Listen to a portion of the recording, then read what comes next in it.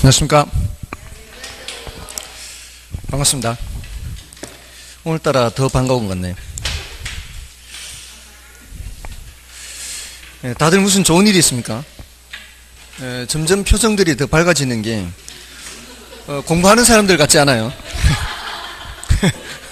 공부를 하면 점점 스트레스를 받아야 되는데 굉장히 즐거운 일들이 있는 것 같으니 그래서 그런가요? 자, 오늘 할 차례가 어디죠?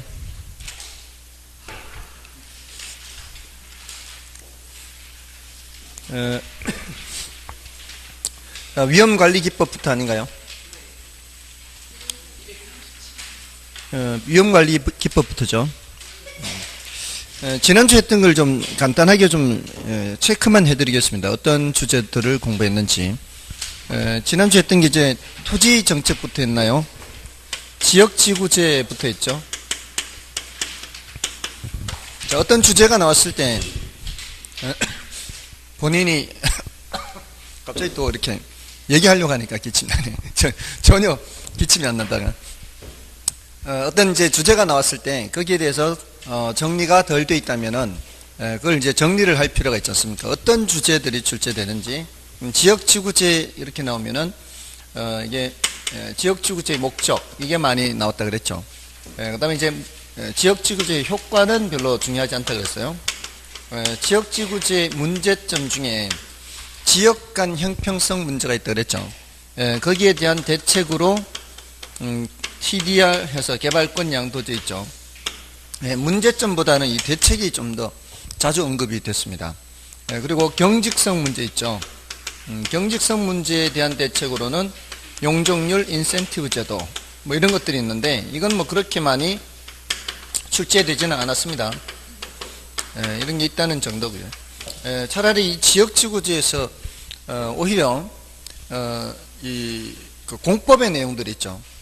공법의 내용들이 오히려 좀 더 출제되는 경향이 있는데 그런 것들은 기출문제들을 좀 이렇게 보완을 하면은 대체로 어떤 내용들이 나온다라는 게 어느 정도는 보완될 거예요. 우리 이제 교재 뒤에도 기출문제 이제 수록을 해놨지 않습니까? 그렇게 해서 따로 이렇게 뭐 기본서라든가 다른 교재를 봐서 그 내용을 본다기보다는 기존에 출제됐던 문제를 통해서 해결하는 방법이 가장 좋습니다. 더 이상 깊게 들어가면은 공법 어디까지 해야 되느냐가 문제죠. 이 결론에서는 공법을 많이 다룰 수가 없지 않습니까? 그래서 그런 정도로만 간단하게 들어가는 거고요. 그다음에 이제 지역지구제 말고 이제 그 토지정책이라는 게 뭐 토지비축제도도 있고 또 토지공개념이라는 것도 있고 이렇지만 이제 토지비축제도는 좀 그래도 해둬야 돼요. 토지비축제도는 이게 다음에 또 말씀드릴 기회가 있을 겁니다. 요거는 좀 해둬야 되는데 다른 거 뭐 개발권 양도 개발 이 관수제라든가 또는 토지공개념이라든가 이런 것들은 좀 중요도가 낮습니다. 근데 이제 올해 같은 경우에는 토지공개념이 시사적인 것으로 또 언급이 될 수도 있겠죠. 뭐 헌법 개헌하면서 뭐 그런 개념이 들어가니까. 자, 아무튼 이제 토지정책은 뭐 그런 정도고요. 주택정책에서 이제 임대료 규제가 굉장히 중요하다 그랬죠. 임대료 규제나 분양가 규제나 모두 다 시장 가격보다 어떻게 해요? 시장 가격보다 낮게 규제를 하는 거죠. 높게 규제하면 아무런 효과가 없는 거죠. 이렇게 규제를 했을 때 가장 큰 문제점이 뭐라 그랬어요? 임대료를 규제하든 분양가를 규제하든 가장 큰 문제는 공급이 주는 거예요. 공급이 주는 거예요. 규제를 한다는 건 제값을 못 받게 하는 거죠. 제값을 못 받게 하니까 어떻게 해요? 공급자들이 돈이 안 되니까 당연히 공급량을 줄이는 거죠. 가장 큰 문제입니다. 이게 공급량이 줄면은 결국은 가격이 더 올라가게 돼 있는 거죠. 근데 이제 임대시장에서는 그거를 이제 음성적 지불이라고 해서 여기 이제 실제로는 더 많이 주지만 계약서에는 좀 낮게 계약을 하지 않습니까? 근데 이게 분양시장에 가면은 분양받을 때 가격과 나중에 되팔 때 가격 요렇게 차이가 나는 거죠. 그래서 이쪽에서는 이제 음성적 지불이라고 하는데 이쪽에서는 분양시장에서는 P라고 그러죠. P 전매 차익 그런 식으로 이렇게 구조는 똑같은데 표현이 이제 좀 다른 거죠. 이런 현상이 나타나는 가장 근본적인 원인이 뭐란 말이에요? 이 공급이 줄기 때문이에요. 공급량이 부족한데 어떻게 가격이 안 올라갈 수가 없는 거죠. 그래서 이런 거는 장기적으로 시행하는 것이 아니라 단기적으로 시행한다 그랬죠.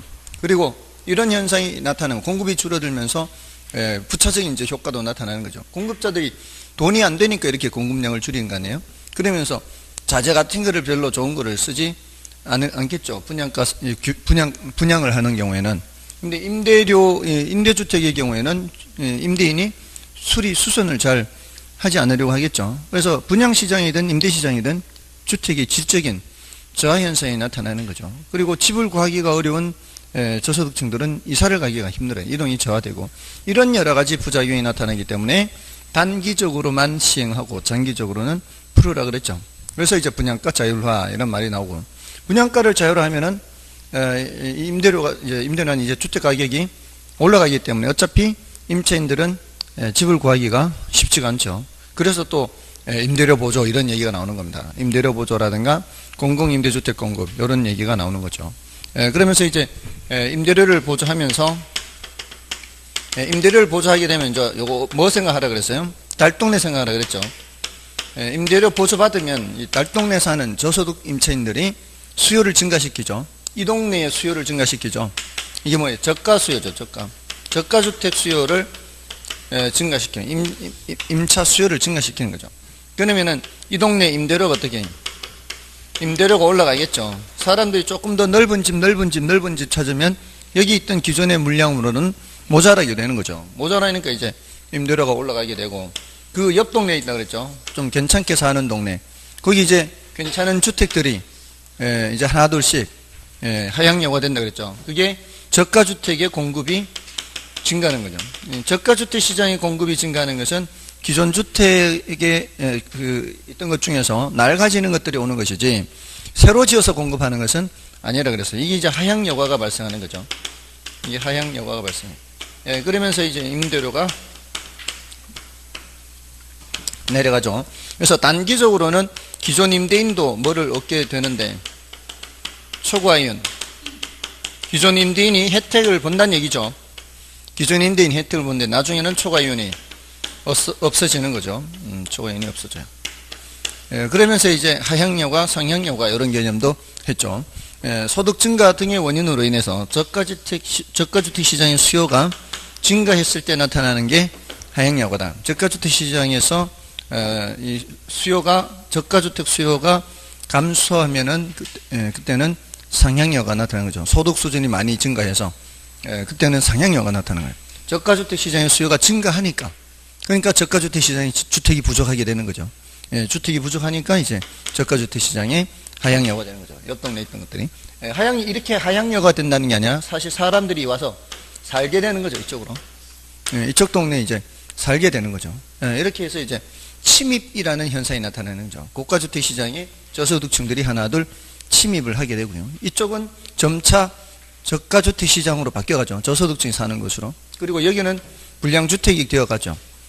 수리 수선비보다는 가치 상승이 적기 때문에 아예 그냥 내버려 두는 거죠. 그럼 불량주택 지역이 되는 것이고 불량주택 지역이 되다 보면 이제 재개발, 재건축 이런 얘기가 나오죠. 그러면서 여기는 소득 수준이 높은 사람들이 들어와 살게 되고 여기는 점점 저가주택 시장이 돼가는 거죠. 자, 이렇게 하면서 이제 하향여과, 상향여과도 함께 했어요. 임대료 보조하면서. 그러니까 임대료 보조를 하면서 하향여과, 상향여과를 함께 정리하면 돼요. 그러면 이제 정리가 조금 더 쉬운 거고요. 그 다음에 이제 조세귀착 들어갔죠. 조세귀착은 탄력성에 따라서 더 많이 부담할 수도 있고 덜 부담할 수도 있는데 탄력성이 클수록 선택의 여지가 더 많은 거죠. 탄력적일수록 덜 부담 이렇게 한다 그랬죠. 근데 그 탄력성이 수탄도 있고 공탄도 있기 때문에 상대적으로 따져봐야 된다 그랬죠. 그러니까 수탄이 더 크면 수요자가 덜 부담하고 공탄이 더 크면 공급자가 덜 부담하고 이거를 이제 통일시키는 게 좋아요. 그 주체를 공급자가 어떠하다 그러면 공급자가 어떠하다 이렇게 공급이 탄력적이다 그러면 공급자가 덜 부담 이런 식으로 공공 이렇게 수요자가 더 비탄력적이다 그러면은 수요자가 더 많이 부담 이런 식으로 주체를 통일시켜 놓고 문장의 속에 반대로 돼 있으면은 반대로 돌리면 되니까 우리가 정리를 할 때는 이걸 통일시켜서 정리하는 게 더 쉽다 이 말이에요. 수요가 완전 탄력적이면 수요자가 하나도 부담하지 않는다. 이렇게. 공급이 완전 비탄력적이면 공급자가 다 부담한다. 이렇게 통일시키면 되는 거죠. 선택의 여지가 많은지 적은지로 따지면 되니까 비탄력적일수록 선택의 여지가 적잖아요. 그러니까 공급이 완전 비탄력적이다. 그러면 공급자가 전혀 선택의 여지가 없다는 거예요. 그럼 다 부담해야 되는 거죠. 됐나요? 그래서 숱한 공탄의 크기가 같으면 반반 이렇게 부담한다 그랬죠. 지금 다 생각나시는 거죠. 갑자기 즐거운 표정들이 사라졌어요. 처음에 굉장히 즐거운 표정들이 어느 틈인가 사라지기 시작하고 있어요. 굉장히 죄송스럽습니다. 제가 책임을 져야 될 것 같은 분위기예요. 자, 아무튼 조세계차는 그렇고요. 이게. 다음에 두 번째 동결 효과였죠. 동결 효과. 이건 이제 동결 효과가 무슨 동결 효과라 그랬어요? 공급이 꽁꽁 얼어붙어 버리는 거죠. 지금 4월 1일부터 그렇게 됐죠. 소문 안 들었어요? 소문 안 들었어요? 다주택자 양도소득세 중과한다고? 다주택자가 아니죠. 다주택자가 아니니까 별 관심이 없어. 그건 저도 마찬가지인데 그래도 소문은 들었거든요. 다주택자가 아니더라도 다주택자에 대해서 양도할 때 양도소득세를 중과한다 이렇게 하니까 다주택자들이 이제 팔지를 않는 거죠. 못 파는 거죠. 팔고 싶어도. 그러니까 뭐예요? 공급이 안 되는 거죠. 바로 그거예요. 바로 그거예요. 공급이 안 되니까 거래가 뚝 끊겨버리죠. 그러니까 어쩌다가 물건이 나오는 거 있으면 가격이 막 이제 올라가는 거죠. 비싸게 해야죠. 지금 물건이 안 나오니까 사고 싶은 사람이 못 사는 상황이 지금. 그러니까 뭐예요? 이게 공급 동결 효과 되면은 가격이 올라가게 되는 거죠. 원래 이 취지는 뭐예요? 그런 이제 양도소득세를 중과하고 막 이런 취지는 투기적인 수요를 줄이는 거잖아요. 왜 쓸데없이 그렇게 집을 많이 갖고 있냐? 이 투기적인 목적 아니냐? 그러니까 어떻게 해요? 그 다주택자들한테 임대 사업자를 이렇게 등록하게 하면은 그걸 또 이제 혜택을 주잖아요. 임대 사업 등록하게 되면은 자기 집 사는 집 말고 나머지는 그렇게 해라. 그러면 이제 사업하기 위한 목적이니까 사는 건 얼마든지 허용해 주겠다는 얘기죠. 맞잖아요. 그것도 사업이니까 임대업 하면 임대업 하기 위해서 주택 사는 거는 생산 요소니까 우리가 물건을 떼다가 팔 때 물건을 떼야 파는 것처럼 그런 거 아니에요. 그래서 임대업 등록을 하고 이렇게 하면은 이제 혜택을 주는 거죠. 아무튼 취지는 뭐예요? 취지는 양도소득세 중과 효과의 취지는 수요를 줄이는 거죠. 그래서 가격을 낮추려고 하는 건데 지금 어떻게 공급이 줄어버렸죠. 공급이 줄면은 가격이 오히려 올라가는 효과예요. 됐죠? 그 다음에 세 번째 자원 배분 효과였죠. 자원 배분 효과에서 정부가 조세를 부과하게 되면은 사람들이 그 조세 때문에 하고 싶던 거를 못하게 되거나 하면은 그게 바로 뭐가 발생하는 거예요? 자원 배분 왜곡이 발생해요. 왜곡. 자원 배분 왜곡이 발생한다. 지난주에 안 했나요 혹시? 했죠? 갑자기 이제 즐거운 표정들이 싹 사라지면서 저로 하여금 굉장히 죄송스럽게 지금 어떤 행동이 바뀐다는 건 하고 싶은 걸 못하게 됐다는 것은 그 상품을 생산하도록 자원이 배분됐어야 되는데 자원이 배분되지 못하게 됐다는 얘기예요. 그게 바로 정부가 개입해서 지금 자원 배분의 왜곡을 불러일으키는 거예요. 조세를 부과함으로써. 그러면은 효율성이 떨어지는 거죠. 그러니까 세금 매길 때는 늘 그걸 조심스럽게 하거든요. 이 세금으로 인해서 자원 배분이 왜곡이 되는 것은 그만큼 경제의 효율성을 떨어뜨리는 거란 말이에요. 그래서 가능한 한 영향받지 않는 세금이 좋은 세금이에요. 그런데 그런 영향을 많이 받으면 많이 받을수록 그만큼 효율성은 또 떨어지겠죠. 자원 배분 왜곡은 크게 되는 거죠. 근데 영향을 적게 받을수록 자원 배분 왜곡은 적겠죠. 근데 이게 영향을 많이 받느냐 적게 받느냐가 또 탄력성으로 얘기한단 말이에요. 탄력성이 클수록 수량 변화가 어때요?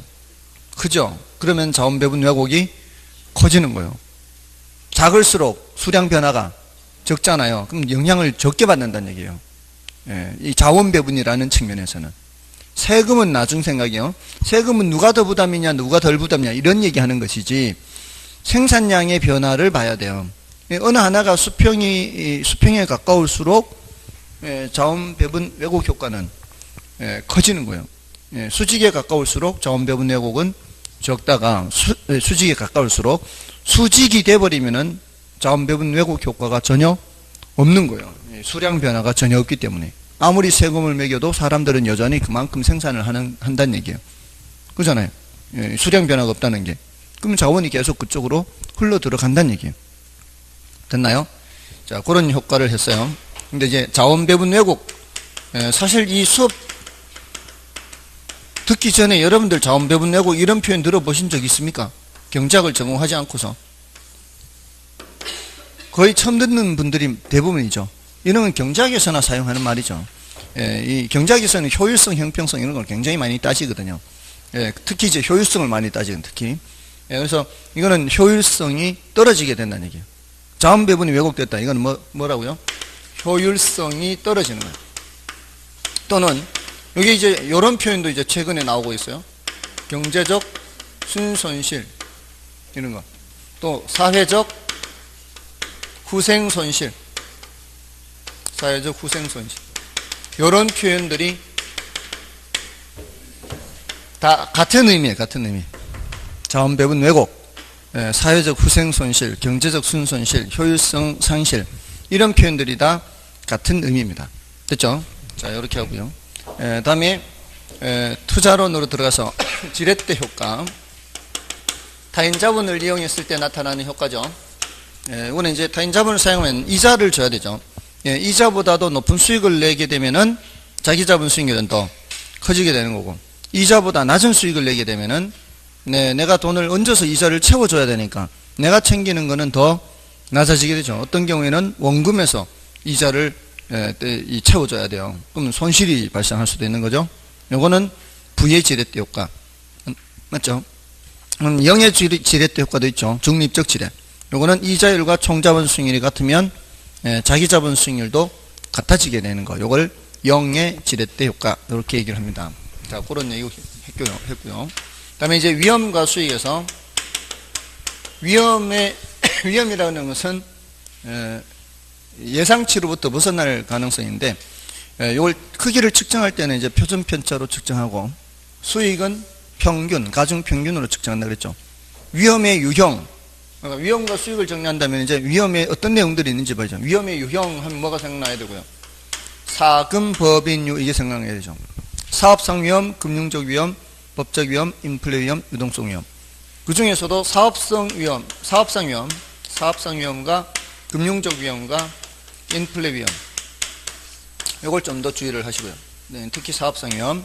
이건 다시 나누어지니까 시장 위험, 운영 위험, 위치 위험 이렇게. 다음에 이제 수익하면 기대 수익률, 요구 수익률 이렇게 구별해서, 기대 수익률은 객관적인 수익률, 이거는 주관적 수익률. 이건 투자로부터 예상되는 수익률이어서 그 투자로부터 계산되기 때문에 내부 수익률. 요거는 외부 수익률. 그리고 요구 수익률은 투자자가 요구하는 최소한의 수익률을 말하는 거죠. 그래서 이것이 만족되어야 투자를 하는 거죠. 여기에 만족된다는 얘기는 예상 수익률이 요구 수익률보다는 크거나 같아야 채택을 하는 거죠. 요구 수익률이 더 크면은 기각을 하게 되는 거고요.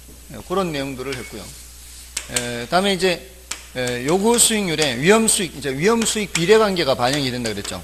위험이 클수록 대체로 수익도 커지게 되죠.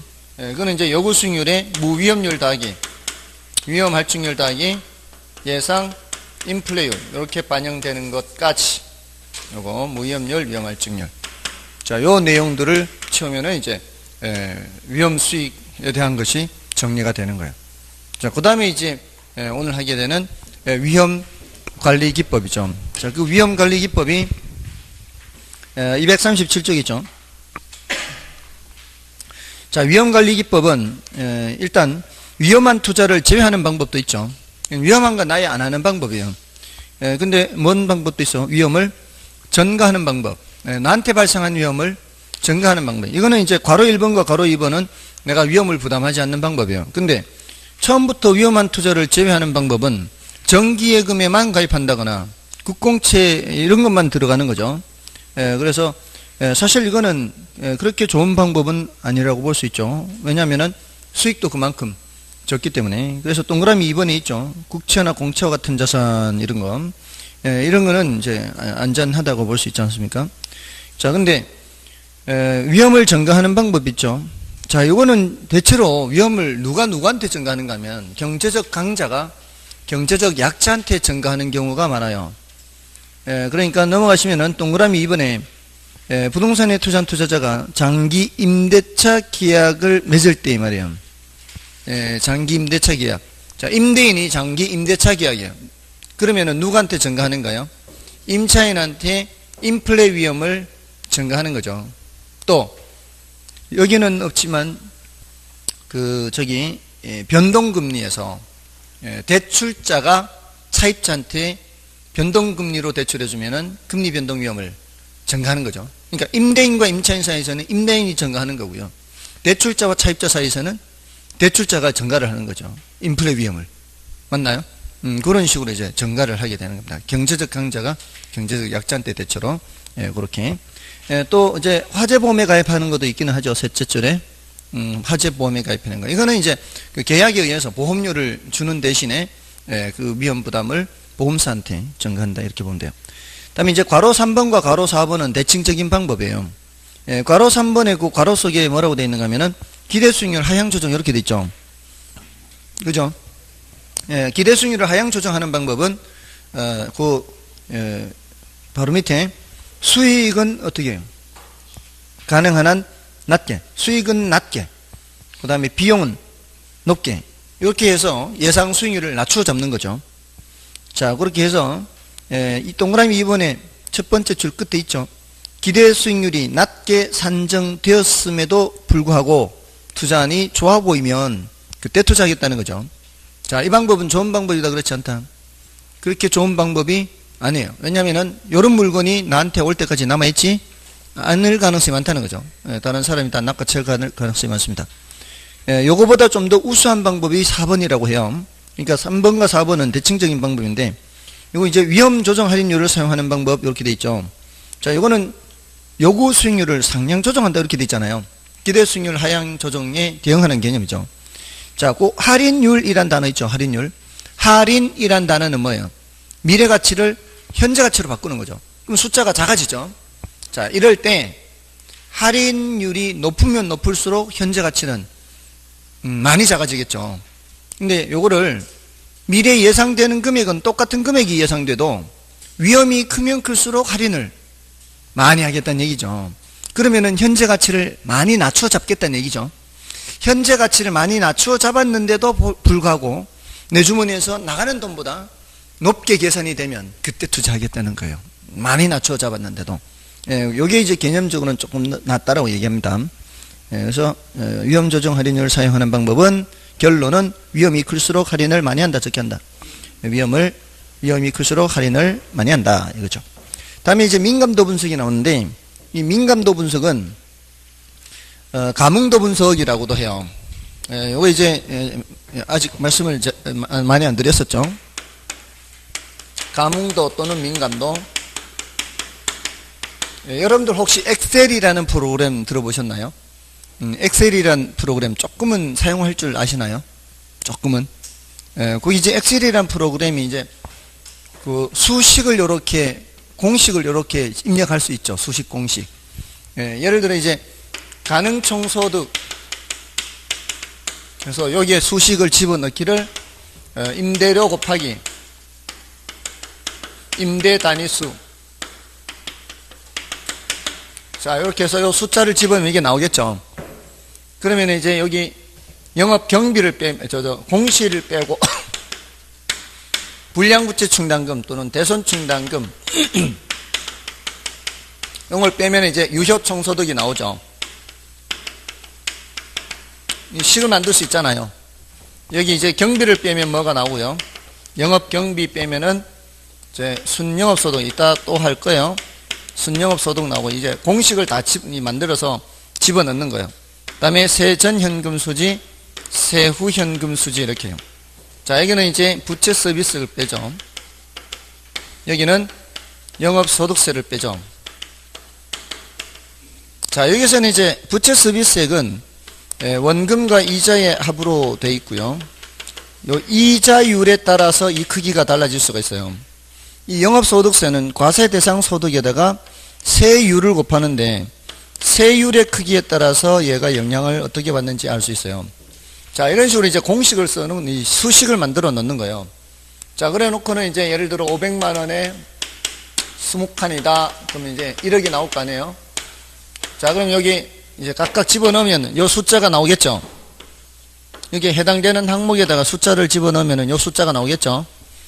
예, 요게 이제 우리가 가장 관심 있는 거예요. 투자자라면 뭐에 관심 있는 거예요?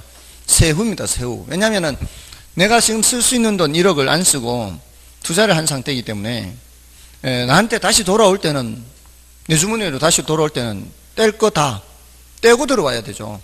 다 떼고 다시 1억밖에 안 들어왔으면 이건 아무 의미가 없는 거죠. 어차피 내가 1억 들고 있었는데 이것저것 다 뗐는데도 1억밖에 없다. 그러면 이제 뗐을 때 1억보다 넘어야 실제로 수익이 되는 거지. 그럴 것 같으면 차라리 그냥 은행에 넣는 거죠. 그러니까 투자자가 가장 관심 있는 게 뭐라고요? 세후소득, 세후소득. 근데 이게 이제 결과치라고 하는 게 결과치라고 하는데 요거를 1% 바꿔보는 거예요. 요거 이제 1% 이제 5만 원 깎아줘요. 1년에 1%면 이제 495만 원 딱 집어넣어 보는 거예요.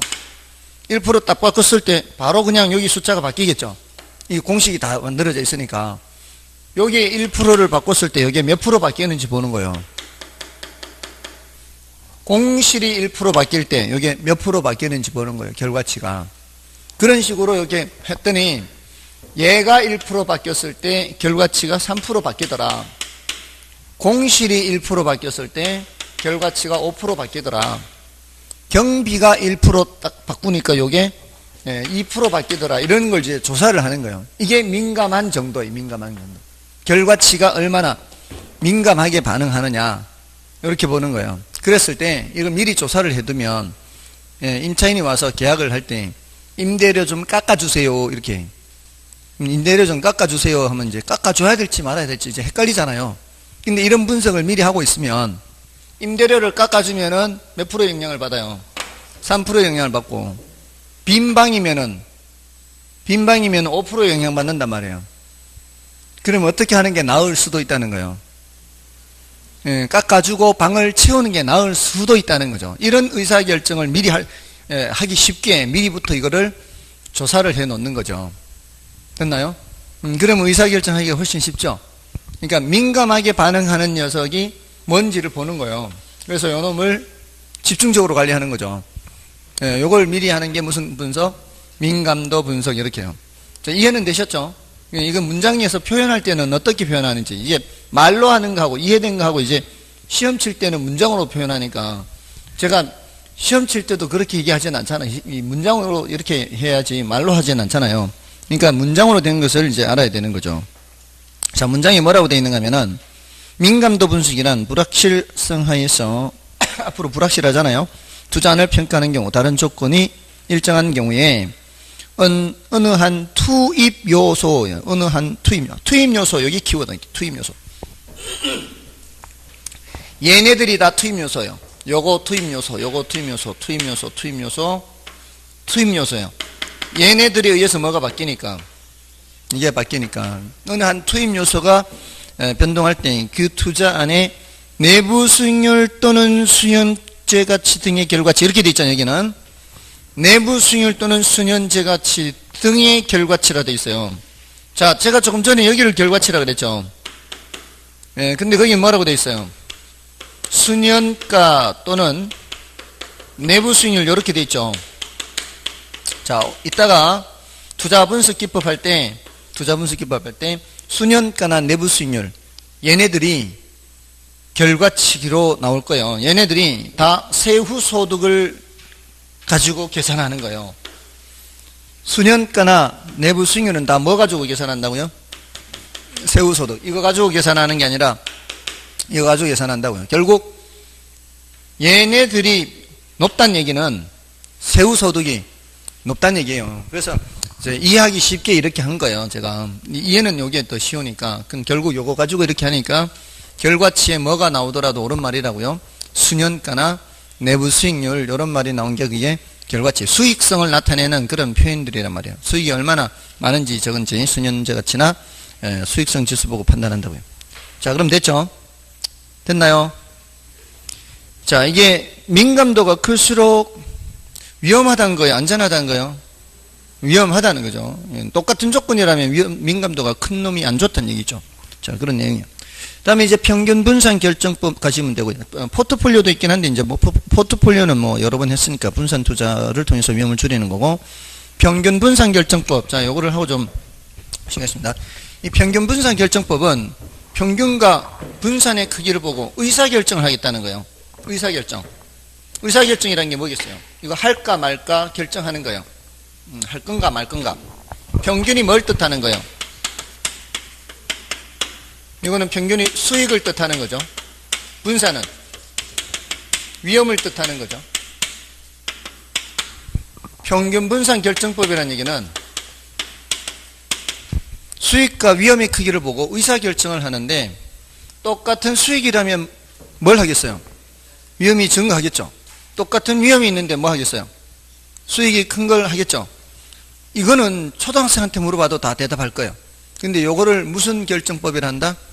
평균 분산 결정법이라고 한다. 이렇게 됐죠? 똑같은 수익이라면, 자, 여기 이제 보통 수익은 평균을 그대로 쓰는데요. 이게 위험은 분산도 쓰고 표준 편차도 쓰잖아요. 보통 이제 표준 편차를 많이 써요.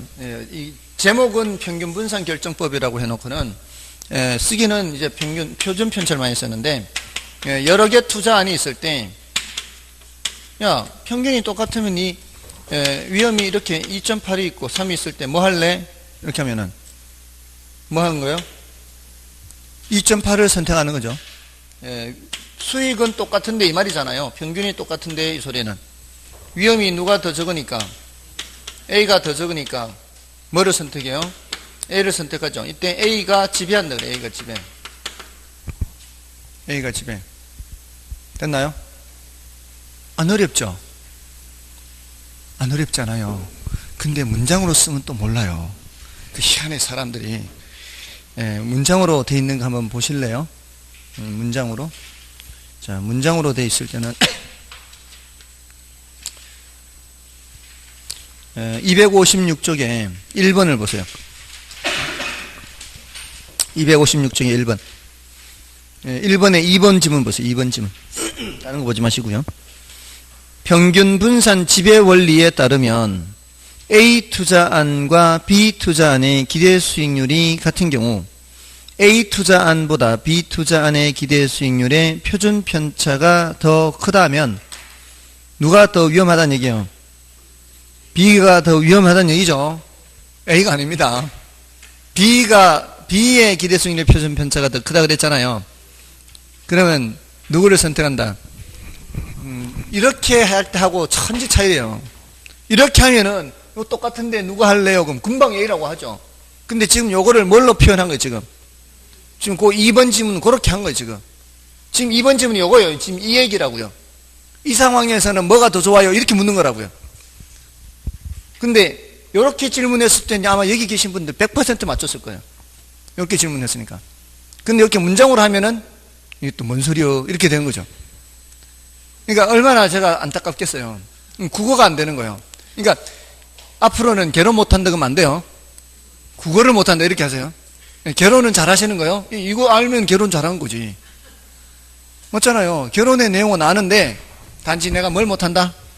국어를 못한다 이렇게 생각하십시오. 맞잖아요. 그리고 보세요. 제가 평소에 같은 방향이면 비례, 양수라 그랬고 반대 방향이면 반비례, 음수라 그랬잖아요. 그죠? 자, 위험과 수익, 아까 위험과 수익은 대체로 어떻다 그랬어요? 위험이 클수록 수익도 대체로 크다 그랬잖아요. 그거를 4번 지문에서 묻는 거예요. 1번에 4번, 지금 256쪽에. 1번에 4번. 투자 위험과 기대 수익률은 대체로 위험이 클수록 수익률이 어떻게 크잖아요. 그러면은 마이너스예요, 플러스예요? 플러스죠. 같은 방향, 비례, 양수 이렇게 했는데 여기서는 부의 상관관계 이렇게 표현하고 있는 거예요. 부의 상관관계가 아니라 정의 상관관계 이렇게 해야 된다 이 말이에요. 그러니까 그 내용이 다 그 내용인데 표현을 어떻게 하느냐, 이게 이런 이제 이 통계학적인 표현이라든가 이런 표현을 쓴단 말이에요. 그러니까 이미 내용은 다 거의 다 들었어. 이미 내용을 거의 다 들었는데 이게 그 소리야 이렇게 되는 거죠. 뭔지 아시겠어요? 위험이 클수록 대체로 수익률도 크다 이 소리가 이제 표준 편차와 이 수익률, 위험과 수익률은 양의 상관관계를 갖는다 이렇게 아시겠죠? 그러니까 자신감을 가지시라고요. 이미 여러분들 이 수업 들을 때 이미 다 들어가서 그 씨앗은 다 들어가 있는 거예요. 그것을 문장으로만 표현할 때 그렇게 조심하시면 돼요. 자, 그럼 다시 오셔서 A, B, C 이렇게 다시 오셔서 그럼 여기 12%가 있고 여기가 3%라면 자, 여기 3% 똑같죠? 10% 12% 다르죠? 위험이 똑같으면 뭐 할래요? 그러면 다 한다니까 이렇게 대답은 다 해요. 문제로 나왔을 때 문장으로 표현했을 때만 조심하면 되는 거죠. 그러니까 문장으로 나왔을 때는 어느 한쪽을 이제 통일시키는 거죠. 어느 한쪽이 같은 걸 보는 거죠. 그래서 나머지로 판단을 하면 되잖아요. C가 지배하는 거예요. 자, 그러면 A와 C 사이에서는 어떻게 될까요? A와 C 사이에서는 A와 C 사이에서는 수익이 더 커지면서 뭐도 더 커져요? 위험도 더 커지죠. 이러면 뭐가 더 좋은 거예요? A가 더 좋은 거예요? B가 더 좋은 거예요? C가 더 좋은 거예요? 이럴 때는 알 수 없다 그래야 돼요. 평균 분산 결정법으로는 해결이 안 돼. 평균 분산 결정법으로 해결이 안 되는 이런 상황을 평균 분산 오류 그래요. 양손에 떡일 수는 없다는 얘기예요. 위험인 것을 보자니 A가 더 좋은 거고 수익인 것을 보자니 C가 더 좋은 거죠. 이런 헷갈리는 상황, 이걸 뭐라고 한다고요? 평균 분산 오류 이렇게 얘기한다고요. 자, 이럴 때는 어떤 것이 더 좋은지 판단을 할 수 없을 때는 평균 분산 결정법으로는 해결이 안 되지만 변이계수나 포트폴리오를 이용해서는 해결할 수도 있다는 얘기예요. 변이계수나 포트폴리오. 자, 예를 들어서 변이계수의 취지, 아이디어는 뭔가 하면은 지금 요 양쪽이 다 다르잖아요. A와 B는 우리가 선택할 수 있었던 것이 여기에 똑같기 때문에 이쪽 보고 판단했던 거고 A와 C의 경우에는 이쪽이 똑같으니까 왼쪽을 보고 판단을 했던 거 아니에요. 그러니까 어느 한쪽을 통일시키자는 거예요. 어느 쪽을 통일시키는가 하면 요 평균 쪽을 통일시키는 거예요. 야, 우리 이거 1%로 통일시키자 이거. 똑같아지면 이쪽 보면 될 거 아니냐 이거예요. 이쪽을 1%로 통일시키자. 통일시키면 얘를 10분의 1로 바꿔야 될 거 아니에요. 얘는 12분의 1로 바꿔야 될 거 아니에요. 얘를 10분의 1로 바꾼다는 건 이제 자신으로 나누는 거예요. 10%를 10으로 나누면 1% 되고 그럼 얘도 몇으로 나눠야 돼요? 10으로 나눠야 되겠죠. 그럼 여기는 몇이 되는 거예요? 0.28이네. 0.28. 요 1% 됐으니까 이제 1%로 바꾸는 과정에서 얘는 뭐가 됐어요? 0.28이 됐죠. 요 10배 하면 얘도 10배 하면은 10%고 2.8% 되니까 그럼 요건 어떻게 해야 돼요? 12로 나눠야 될 거 아니에요. 12로. 여기도 12로 나눠야 될 거 아니에요. 12등분, 12%가 아니고 12등분, 12개로 나누는 거죠. 12개로 나누면 12%를 12개로 나누면 1%가 될 거고 여기는 3%를 12개로 나누면 0.25%가 된단 말이에요. 됐나요? 자, 여기 이제 통일됐죠, 이제. 통일됐으니까 뭘 보면 되는 거예요? 이쪽을 보면 되는 거죠. 뭐가 더 적어요, 이제? 수익이 똑같은데 위험이 얘가 더 적네. 그러면 C를 선택하는 거죠. 됐나요? 됐습니까?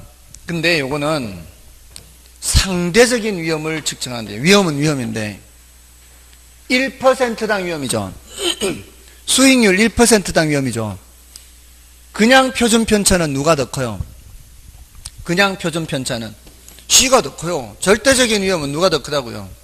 C가 더 커요. 예를 들어서 여기 여기에 이게 30%인데 40%인데 여기가 40%인데 여기는 10%예요. 이런 식으로.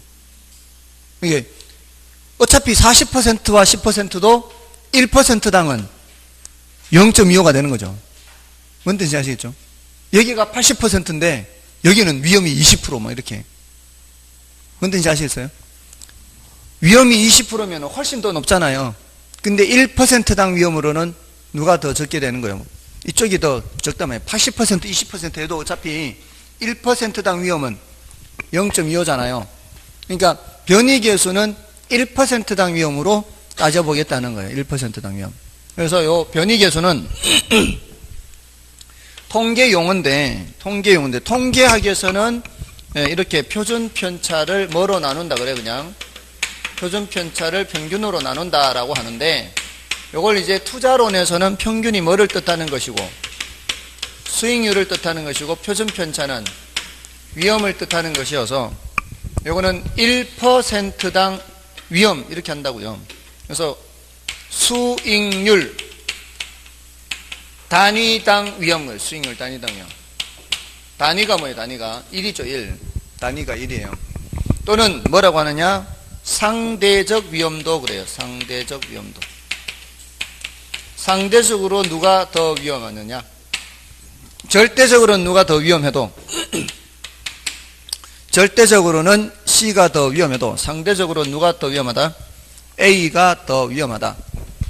됐나요? 됐어요? 안 됐어요? 그냥 저 표준 편차 흰 숫자만 봤을 때는 누가 더 위험한 거예요? C가 더 위험한 거죠. 근데 상대적으로는 누가 더 위험하다? A가 더 위험하다. 변이계수는 그 상대적 위험도를 보는 거예요. 변이계수가 클수록 위험하다는 거예요. 안전하다는 얘기예요. 위험하다는 얘기죠. 됐나요? 됐나요? 변이계수가 클수록 위험이 크다는 얘기예요? 작다는 얘기예요? 위험이 크다는 얘기죠. 이것도 위험도를 나타내요. 위험도를 나타내요. 됐나요? 지금 감이 잘 안 오세요? 어떤 사람이, 자, 우리 여기 이제 우리 개를 해볼게요. 개를. 로또 개를 할게요. 지금 100명이 모였어요. 100명이 모였는데 로또 개를 해가지고 1억에 당첨됐어요. 자, 10억에 당첨됐어요. 예? 100명이 10억에 당첨된 10억짜리 당첨됐어요. 1등. 근데 다른 데서 10명이 모였어요. 10명이. 10명이 모여가지고 또 로또 한 거예요. 10명이. 그래서 1억에 당첨돼, 10명이 2억에 당첨돼. 10명이. 100명은 10억에 당첨됐고 10명은 2억에 당첨됐어요. 그냥 크기로만 보면 누가 더 큰데 당첨된 거예요? 10억이 더 큰데 당첨된 거 아니에요. 근데 그거는 100명이 10억에 당첨된 거고 이거는 10명이 2억에 당첨됐다고요. 그럼 1인당 돌아가는 건 누가 더 커요? 2억이 더 크죠. 1인당으로는. 그냥 전체로 보는 거는 10억이 더 큰 거지만, 뭔 뜻인지 아시겠어요? 지금 이거는 그 얘기 하는 거라고요. 전체로는 누가 더 위험해도, C가 더 위험해도 1%당 위험으로는 누가 더 위험하다고요? A가 더 위험해요. A가 1%당 위험으로는. 변이계수는 뭘 따지는 거라고요? 1%당 위험을 따지는 거예요. 됐나요? 자, 이거 알고 계셔야 돼. 이제 이 수익률 단위당 위험이라든가 A에 대한 B의 비율, 이런 표현이 나오면 요거를 이제 A분의 B, A당 B 이렇게 하면은 이것도 A분의 B, 이게 나와야 돼요. A에 대한 B의 비율 해도 A분의 B. 앞에 있는 게 분모라고요. 당자 앞에 있는 게 분모라고요.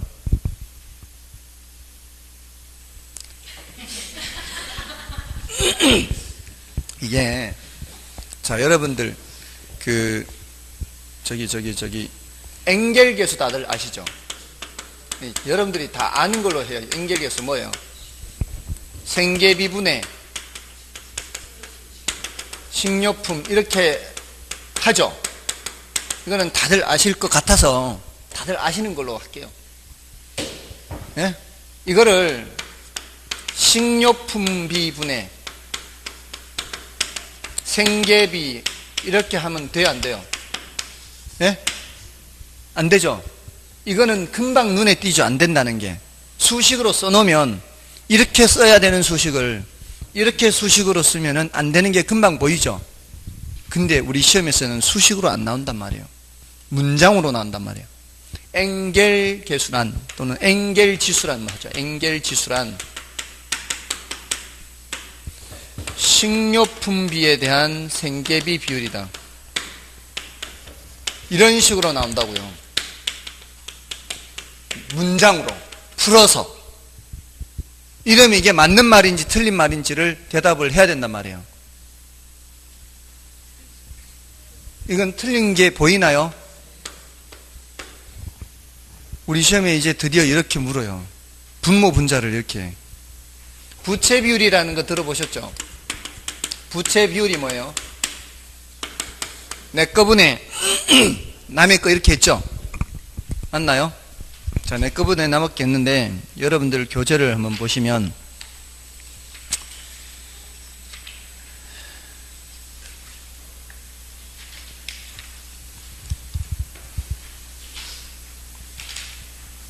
몇 페이지인가 하면은 544쪽에 31번에 3번 지문을 보세요. 2번, 3번이요. 31번에 544쪽 31번에 544쪽 31번에 2번, 3번 3번 지문을 먼저 보시라고요. 부채 비율은 하면서 뭐라고 되어 있어요?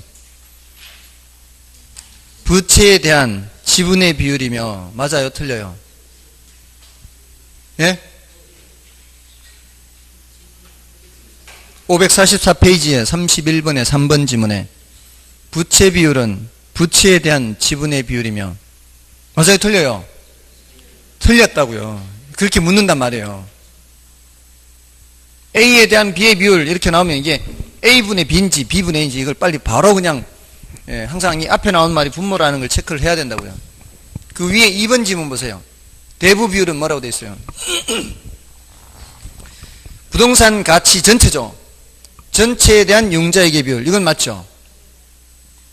대부 비율은 말이에요. 대부 비율은 부채 비율은 내 거분의 남의 건데요. 대부 비율은 집값이 얼마인데 얼마 대출해준다 이거 아니에요. 집값의 몇 프로까지, 부동산 가치의 몇 프로까지 융자해주겠다 이거 아니에요. 그러니까 2번은 옳게 돼 있는 거고 3번은 분모 분자를 잘못 얘기하고 있다고요. 근데 이게 처음으로 작년에 출제됐어요. 처음으로 분모 분자를 이렇게 말로 바꿔낸 거예요. 우리 시험에 지금까지 한 번도 분모 분자를 이렇게 말로 표현을 이렇게 바꿔서 낸 적이 없어요. 이제 조심해야 된다는 얘기예요. 이것도 이런 표현들을 조심해야 된다고요. 이런 표현도 조심해야 되고요. 수익률 단위당이요. 수익률분의 위험이다 이 말이에요. 평균분의 표준 편차다 이 말이에요. 됐나요? 이걸 위험 단위당 수익률 이러면은 역수가 되어버린다고요. 변이계수는 변하는 정도를 나타내는 거예요. 변하는 정도. 변하는 정도가 바로 뭐겠어요? 위험을 나타내는 거예요. 그렇죠? 그 다음에 이제 포트폴리오는 뭔가 하면은 이런 평균 분산 오류일 때 포트폴리오는 분산 투자를 말하는 거죠. 지금 변이계수는 이 A나 C 중에 C가 상대적으로 더 좋다 이런 뜻이잖아요. 그리고 평균분산 결정법에서도 A나 B 중에 뭐가 더 좋니? B나 C 중에 뭐가 더 좋니? 택일을 하는 거죠. 택일. 양자 택일.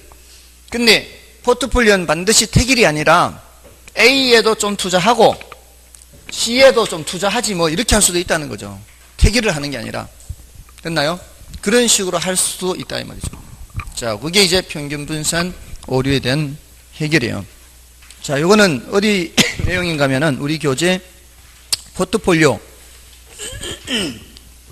바로 직전의 내용이에요. 포트폴리오 바로 직전의 내용. 그래서 240 몇 쪽인가요?